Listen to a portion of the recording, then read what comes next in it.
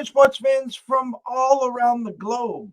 I am your host, Jeff Dawson, East Coast Sports Investors, and this is the Breakfast Bankroll for Saturday, January 8th, 2022. What a first week we've had here at ECSI. Busy, crazy day today. 130 plus March Madness, craziness, basketball games, whatever you want to call them. Conference play is here. It doesn't look like the COVID list is as long as it has been all week, which is a good sign. There's two NFL games as well, and kind of sort of playoff implications with both. We will get to that, obviously, today. Yes, it's wintertime here on Cape Cod. Some spots north of us got over a foot of snow. I think we got over between 6 and 9 inches. And it's cold. And it's supposed to get colder this week. So, yes, I got the ECSI hat. I got the scarf. I got the big dog sweatshirt. And my buddy, our co-host, who we're going to grab right now, Tampa, probably, 82 AC on, walking around in shorts, T-shirt, getting ready to, throw on the Carpetone and, decide to work on his tan in January. But that's for another day. So let's bring him on from the Palm Tree State himself, the one, the only, Mr. Scott E. Webb. Scotty, my brother, what is happening? How we doing, Jeff? I see you're all bundled up there. Yes, I paid the heat bill, but it's damn cold still. When you got to get up early and you got a 13-year-old puggle that needs attention and you got to get everything situated, and you get outside and you come back in. It's still cold. Got the fake fireplace going. But it's all right. It's been a crazy week here at the Breakfast Bankroll. I mean, last weekend, you and I closed the week up, and then we start the week, and then next thing you know, Sharapan's on from Vegas, and then we get Andrew McGinnis from Canada and Wager Talk, and then we get two young guns making their debut from Chicago with Colton and Riley from Talking the Line. And just a quick heads up, Bernie Fredo from Fox Sports will be blessing us with his debut next Friday, talking some sports. So it's been crazy. How you been, Scotty? I've been warm, Jeff. I mean, yeah, it's been an okay week. I mean, it is what it is, and I sit here and freeze to death when it's 50 degrees and 50. I think it was 58 degrees last night. And I was like, holy smokes, it's cold. And then I'm like, well, it ain't that cold. So, I think we're supposed to be right around 80 today. So I can't beat it. I mean, I'm happy with that. There's no question about that. Now, I previewed everyone talking about, there's two NFL games this afternoon, and I've been fielding a ton of questions on the hoop games tapping off at noon. And one, of course, is one I'm very familiar with UConn Huskies.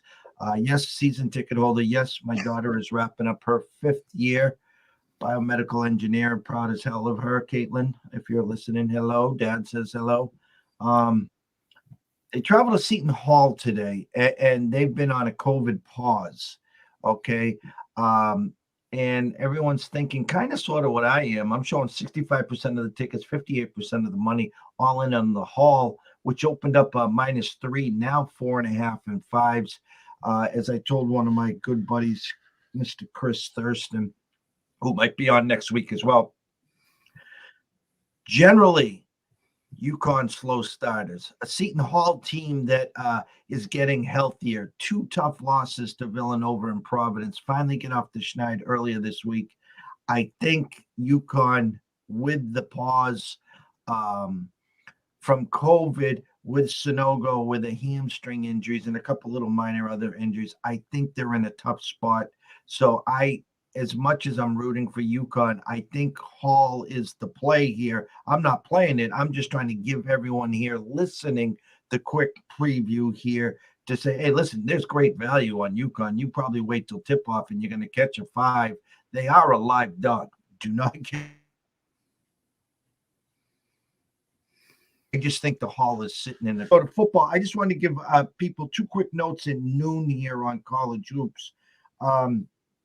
St. John's and Providence, which is a noon start, rotation number 603, 604. Providence freight train and got kicked in the you-know-what by Marquette earlier this week.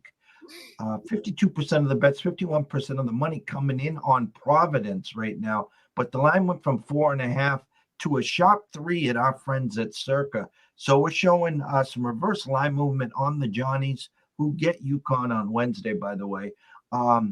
So keep an eye on the Johnnies here. You can get them at 3.5 and even 4 at DraftKings, 4.5 at Caesars. The only place that really did an overnight big move is our buddies at Circa. So keep an eye on the Johnnies. And then one other game at noon I wanted to talk about. And let me see if I can pull that one up. It's rotation number 615, 616. South Carolina travels to Vandy. An opening number of 6. It's gone to 8, as high as 8.5. 58% of the bets, 90% of the money coming in on South Carolina. Yet Vanderbilt has gone from 6 to 8. So some sharp, heavy overnight money came in on Vandy there, and the rest is later on. So I just wanted to get everyone up to speed on the noon games. That's all. So what else is new, my brother? Well, it's week 18 in the NFL. I guess that's new, right? I mean, or I guess in this case, it's been played out and it's old. Depends on, I guess, how you look at it. There's not that many games that really are that important going on this weekend. So it's going to be interesting to see how these teams play out. It's handicapping wise a very difficult thing to look at. The other thing I was thinking was these goddamn baseball guys are driving me insane with nobody talking and nobody doing anything. It's January the 8th. I opened up MLBdaily.com website last year on the 6th, and I just got the bill for doing it again, and it hit me for $300. And I was like, you know what? I got to come up with a backup plan. So, when they were doing whatever they were doing with the holdout or whatever it was, and the KBO kicked off, and so that'll be the backup plan for me if I decided for baseball. So regardless, I'm going to have baseball on the channel, and we'll be doing whatever we can. And I did a lot of KBO stuff 2 years ago, not last year, but 2 years ago, and I kind of had some fun with it until Major League Baseball started again. But it is what it is. So going NFL style today, and 2 games. They're breaking these games down. We're not fun, and I shouldn't say fun. That's not the right word. We're not easy. How about that?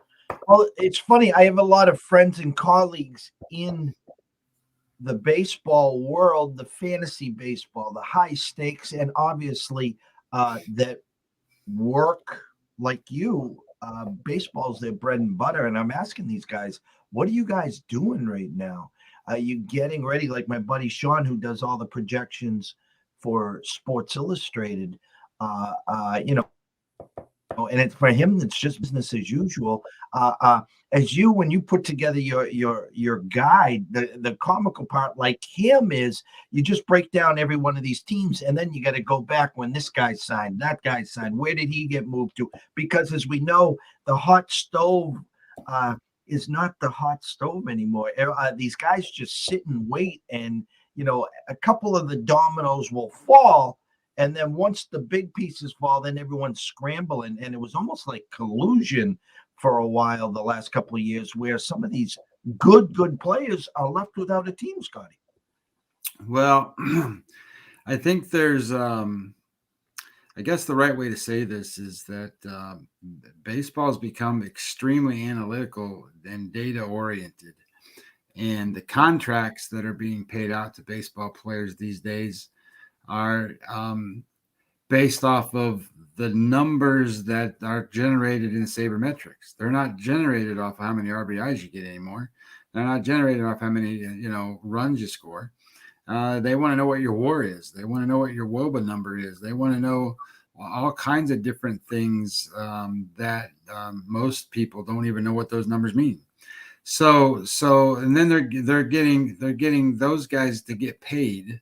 And what's happening now is that the guys that are so used to getting paid based off of other dynamics aren't getting jobs and aren't getting paid anymore, because, to be honest with you, you could get a younger player to play and have more growth and more opportunity, and then give them a certain amount of money, and they're going to be more value to your team than an older player. So that's what all this collective bargaining agreement is going to be a big fight over, and how it's all going to come hammering out. I have no idea.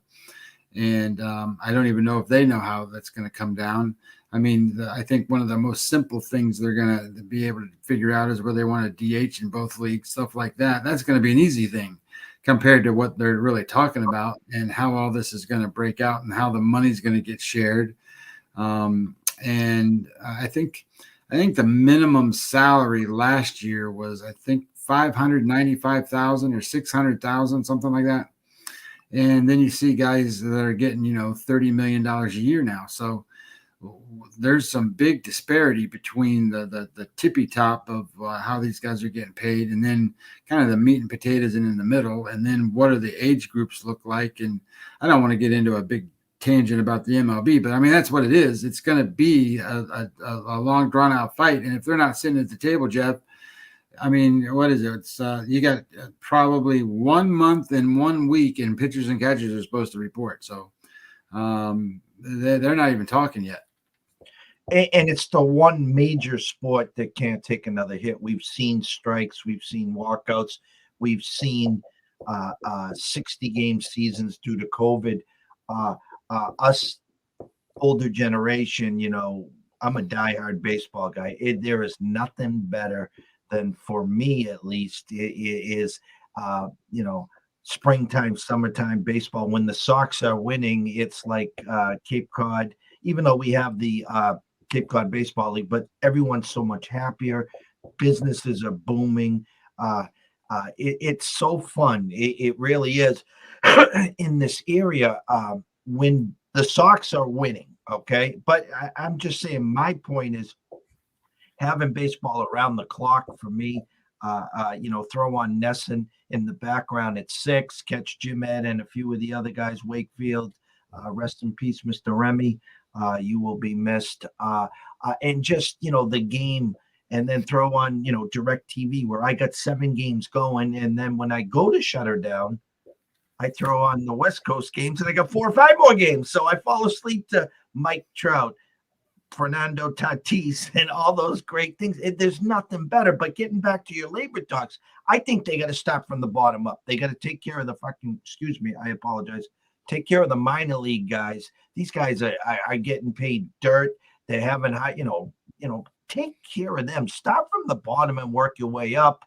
You got to get this done, because this sport cannot have a pause. I'm telling you, you cannot have a pause. You can't have a shortened season. If they do, look out, Scott. Well, one of the rumors I've been hearing is 154 as a game number. That is very likely to be the number this year instead of 162. I guess, if it starts a week late, it starts a week late, or whatever it is, or if it runs a week long, or I don't know how they're going to work all that out. But, it's going to be, I just hope that, the cliche of millionaires fighting with billionaires thing, that's just weird. But it's kind of the way it is. But at the same time, they got to get their act together and start getting to a point where they can trust each other, because they certainly don't. All right, so let's go, guys. Hey, everyone watching and listening, take 2 seconds. If you're not following us already, go over to Twitter at EC Sports Invest and at Webby20MLB. Apologies for yesterday's show was not on Twitter. I guess my fat thumbs or something got in the way. But you can also run over to YouTube and Twitch at East Coast Sports Investors. Subscribe. It's free. Turn on your notifications and never miss a show. So at 4:30 p.m., rotation number 477, 478, Patrick Mahomes and the Chiefs travel to Mile High and Denver. A game that opened at 10 is at 10.5 and has been pushed as high as 11 at WinBet.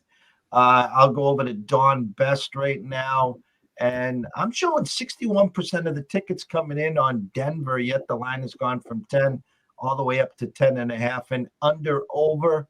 That is currently sitting at 44.5 or 45. No Bridgewater will be locked. A Chiefs team that's done very well against Denver in Mile High. It could be one of these get well games for Kansas City. Lock up your number 2 seed coming off the loss in Cincinnati to Joe Burrow and Jamar Chase and company. And then pray that Tennessee stumbles. But it's a game which I don't have much interest. I don't know. What are you seeing in this game, Scott? Well, I wanted to say hello to Billy. Billy left us a message there. So good morning, Billy, and glad to have you on the show. I will also say it's interesting, this Kansas City-Denver game. I guess I just didn't realize it's been this many games, but the Kansas City Chiefs have beaten the Denver Broncos 12 straight times. It's been since September of 2015 before the Denver Broncos have beaten the Kansas City Chiefs.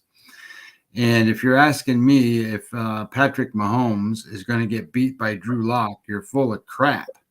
That's I don't think that's not going to happen. Now, the last time they played, the game was 22-9, and I don't remember what the date was, but that was like, I think the 5 games ago. It was 22-9, but it wasn't that close of a game. I mean, the score is too far spread. The Denver Broncos actually outgained the Kansas City Chiefs in that game by a boatload. They gained 404 yards, and the Chiefs only gained 269 yards. It's one of those games that Mahomes didn't have a good game. It was one of his, holy crap! Now we gotta save our ass and try to get this game. And not only did they do that, but they covered the spread and everything else. So it just kind of tells you that Kansas City's the way better team here. My trouble with these kind of games is that, I do a lot of data numbers and models and all that stuff, but you can almost throw that stuff out the window when you're talking about these games because, I come up with a number that says 30-17, 13 points, and it's going to be a win for Kansas City. I don't think these teams are going to score that many points. Kansas City might, but I don't think they will. Denver doesn't give up a lot of points. They're a pretty good defense. So when I started looking at it, Denver in the last 5 games, other than one game, they scored 13, 13, 10. Then they scored 38 against the Lions somehow. And then they scored 9. That's their output. 13, 13, 10, and 9, other than that one game against the Lions. I don't see them against Kansas City scoring a lot of points here. So in theory, you're talking about under 2 touchdowns for this team. I think the team total was 16.5 in this game. So I sit here and think to myself, I don't know if they're going to score 17 points in this game. I don't think they will. And if they do, then that kind of screws what I'm thinking about, because I kind of like this game to be under the total. It's in Denver today. There's not that there's a lot of chance of precipitation and rain here, but it's 16%. But it's cold. It's 40 degrees. It's not like it's 0, but it's 40 degrees. So that would be that yucky, almost sleet-like cold stuff. And the other part of this game too that I kind of wanted to look at was, one of the things that, I bet against Denver last week. And if we remember, we talked about it last week. They played the San Diego Chargers. And the reason I played against them last week was because they had 35,000 million people on the COVID list. This week, those guys are kind of off the COVID list, but they still have they got 3 cornerbacks. Surtain, who's their rookie player, is doing pretty well. Darby and Hairston, all not playing. The kicker's got COVID too, and that's always a problem if your kicker can't kick. And then they got a defensive end. So they got 4 guys on the defensive side of the ball, 3 of them in the secondary, and they're going to play against a team that can throw the football. I don't like Denver's chances at all, but I don't really want to go with the 10.5, 11 type number, even though I think they'll win by at least 13. So I played this game. I played it under the 45, thinking that the Denver Broncos aren't going to score very many points. They might get to 10, I suppose, maybe 13. And I think that that keeps Kansas City in the picture of, we don't have to bury this team. Maybe in the second half, Mahomes even sits for a while. So I kind of like the idea that this game. I got the number at 45 was the number that I played. I played under 45 in this game. You were talking about team totals. KC opened at 27.5 under -115, and Denver 16.5 over 120.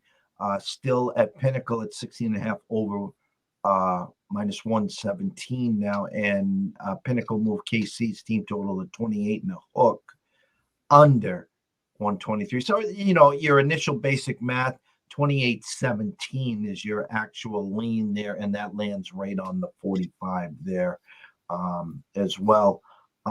Let me go to game 2.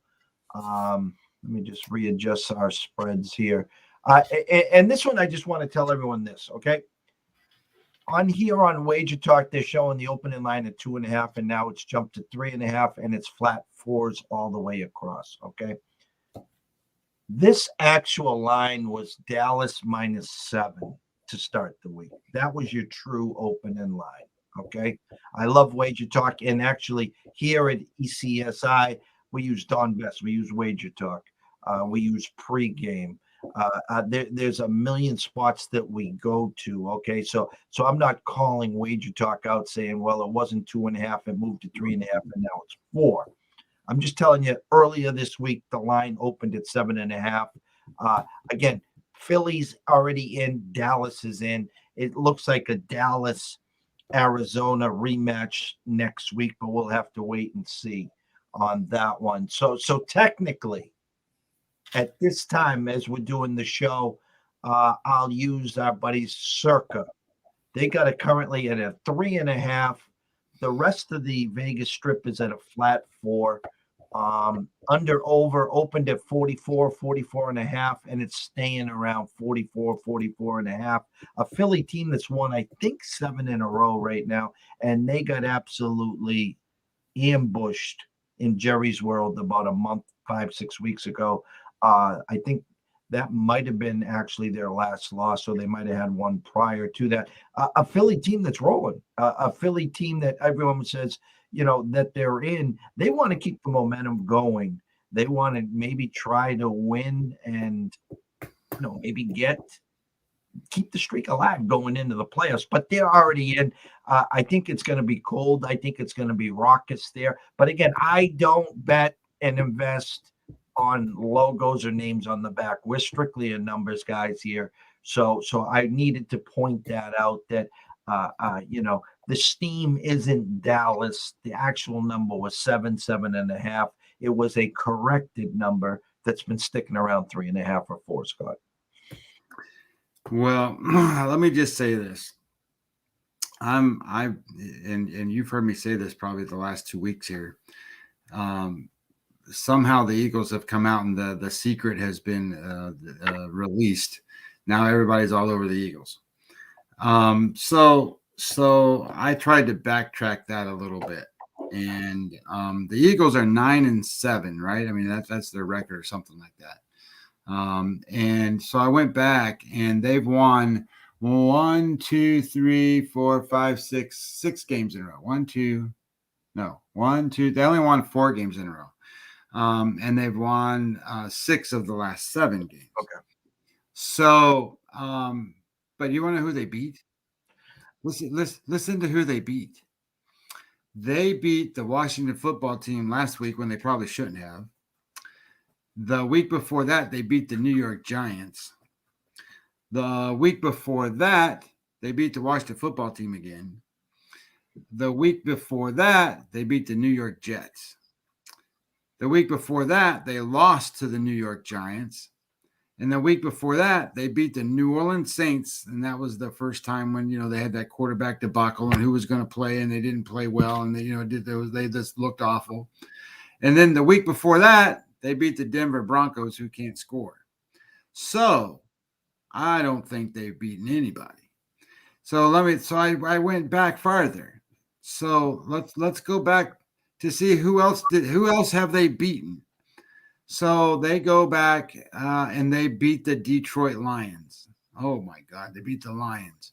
Then they beat the Carolina Panthers. And then they go back and week 1, they beat the Atlanta Falcons. That's who they beat, Jeff. You want to know who they lost to? So you're saying if you add up all those teams' wins, and actually if you took out Atlanta's opening week win, that I think all those teams combined, actually Washington's got a handful of wins.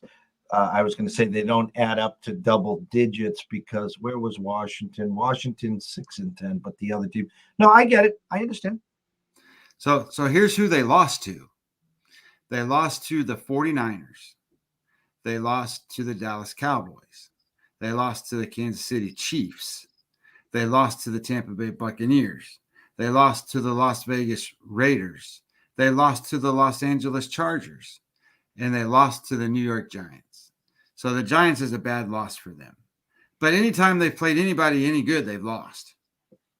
Anybody any good, they lost. So I sit here and think to myself, all these things I'm reading and all these things I'm seeing and all this stuff I'm hearing about how this team is going to be great in the playoffs, you're full of shit. They haven't beat anybody.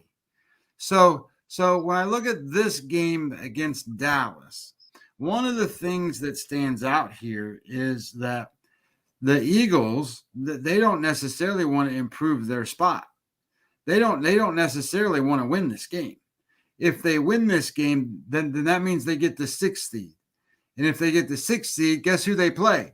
Tampa Bay. Why would you want to go play Tampa Bay? I wouldn't want to go play Tampa Bay. Of course, if you're Philadelphia, I guess you're in. But I mean, you don't want to play a better team like the defending Super Bowl champions. I don't think you want to do that. So I'm very leery of the idea that this team's not even going to play hardly anybody. I would almost be willing to bet you Gardner Minshew is going to get more playing time today than Jalen Hurts. And I would also tell you that based off of what I looked at on the COVID list, this is a bad football team going out there today. They got 6 offensive guys on the COVID list and 6 defensive guys on the COVID list. And on offense, that includes the center, Kelsey, the tight end, Goddard, and Howard, the running back, and defensive tackle, Cox. These are guys that need to play. And if they don't play, they're not very good. And then I don't think that they're going to have a good representation of who they are. The only one thing that scares me is that damn Gardner Minshew, who's a playmaker, that guy. So the other side of it, right? You sit there and go, okay, well, Dallas is all stacked up and ready to go. Well, holy shit. Micah Parsons isn't playing today. And Tyrone Smith's not going to play on that'd be the best tackle. Curse is out at safety. Diggs is out at cornerback. Pollard is out at running back. So and they don't need to win the game. They don't need to win. There's nothing that means for Dallas to play in this game either. So it makes it pretty difficult to try to figure. This is almost like a preseason game. What difference does it matter? And I just don't think there is. So I'm going to play this game under 44. I was actually, you took the words right out of my mouth when you started talking preseason there. I was like, geez, that sounds like a preseason for sure. And again, as you said, Billy, roll Tide. 2 more days before his Tide takes on Georgia for The another. only thing that concerns me about that for Billy is everybody and their brothers riding that Alabama bandwagon right now. I can't find anybody who wants to play Georgia. Well, the funny part about it is Mattress Matt's on Alabama for you. So there you go, all you Tide fans. Yeah, Mattress Matt's back in the game. I think he's got literally like 1.6 million tied up on the money line too. I think his last one was he got about a plus 125 on that. It is a rematch. We will be talking to that at length, obviously, on Monday.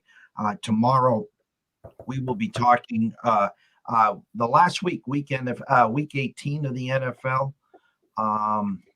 There are a couple games, obviously, that mean a lot.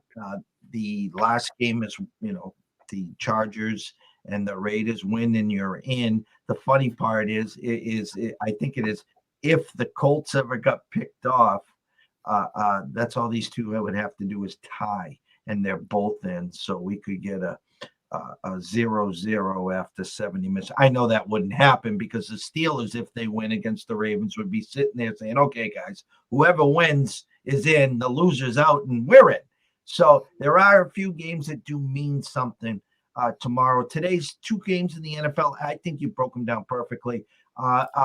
You would expect the Chiefs, to win. It is a double-digit number. Most likely by kickoff, you're going to see 11. You might want to even take a quick peek into, I'm going to look right now for everyone.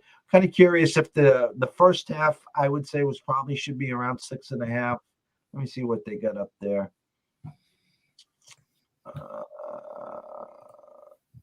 Yeah, 6.5 minus 127 at Westgate. I was trying to see if you got it under a touchdown, even if the Chiefs' first half play might be coming into play here. And then the second game, Dallas, Philly. Here you go, a 3.5, 4-point favorite, and Dallas is -3 in the first half. So again, when you peel these back, you try to find an edge, and it's always tough because Vegas is so sharp. Here we say they're concentrating on 136 college basketball games, but as we know, the NFL is their bread and butter. So you're not going to slip one by them on an NFL game, Scotty. So here's something that you might like. So I pregame, right? We talked about these in pregame. They don't have access to everything, but what's cool is the ones they do have access to, they show you the dollars. So the Chiefs and the Broncos have $784,000 bet on the game, and the games you talked about, like the college basketball game, St. John's and Providence, which just getting ready to kick off here or tip here in about 40 minutes. They got $80,000 bet on that game. So there's $80,000 bet on that game against $573,000 for the Cowboys and the Eagles, and $784,000 for. So NFL is, and we all know that already, but it's just interesting sometimes to see that and how it looks and what it actually plays out like. But I just think that's just holy crap. I don't even how many games is that? So if there was $80,000 bet, and let's just look at it for a second. That's the Purdue Penn State's $84,000, St. John's Providence $81,000 bet, and then all the other games are $60,000 or less. The 60, like the Dayton and George Washington, 27,000, Clemson and NC State, $30,000. So you could almost go down the list and go, okay, all the games that start, before 1 o'clock, they don't add up to what the NFL does. We could lose them all and still be okay. The NFL rules. That's what I say. Any given Sunday, NFL, but also the NFL Sundays is what builds those billion-dollar resorts and casinos. So everyone tread lightly today. We made it to week 18. We're in January. It is 2022. It's the first week. As Gloria Gaynor said, we will survive, and we did. Myself at the NFL Bet Exchange I think I ended up right now right around plus 30 units for the year, not including outright dogs. So we had a hell of a year. Even last week, though, I had a bad week for us.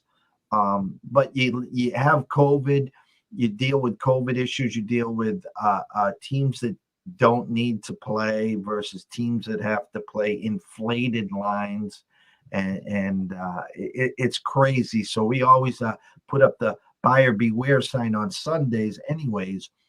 But now you add all this week, 17 and now 18, and it's just you could wake up Monday morning with more than a hangover. You could have Tony knocking at your door saying, "Hey, do you know what you did yesterday?" and Excedrin times 1,000. So closing thoughts, Scotty. Yeah, the closing thoughts basically is two things. One, everybody that loves sports and stuff root for these baseball players and the people to sit down and start talking to each other. But number two, it's week 18. You want to get to a point where you're looking at it from a perspective of okay, let's just get through this week, and the playoffs start next week. So whatever your bankroll is, don't lose it this week. Play a little bit, do whatever you want to do, make the games interesting for yourself. But at the same time, load up for next week. Well, next week, the games will really mean a lot more. Plus, the matchups will be a lot better, and hopefully, so the numbers that I'll have will make more sense than what they do today. Because holy crap, you sit here and just you get the model out, and the model says, "Hey, here's the numbers," and you go, "That ain't gonna work." So then you start doing it the way you've done it for years. So. All righty. So always remember this, people. If you are wagering today, always wager with your head, not your heart. If you have a problem, pick up the phone. There is an 800 number there. Ask for help. Why? Because we care. Myself and Scott want to see you here tomorrow, next week, next month, the rest of 2022 and beyond. Always, always, always stay in your lane. Always invest and wager responsibly. Come follow us on all our social media links. DMs are wide open. Send us an email at eastcoastsportsinvestors@gmail.com if you have any questions. Check out our website. We have some big stuff brewing in 2022. And it's going to be a fun year. So myself and Scott will be back here bright and early tomorrow to break down week 18 in the NFL. Enjoy the two games today. Give a little shout out at noon for the FCS championship, Montana State and North Dakota State. Currently now down to a flat 7. North Dakota State opened up -9.5, now down to 7. So some late money coming in on Montana State. So wish the kids best of luck there in their championship. And myself and Scott bid you adieu, and we will catch you bright and early tomorrow morning.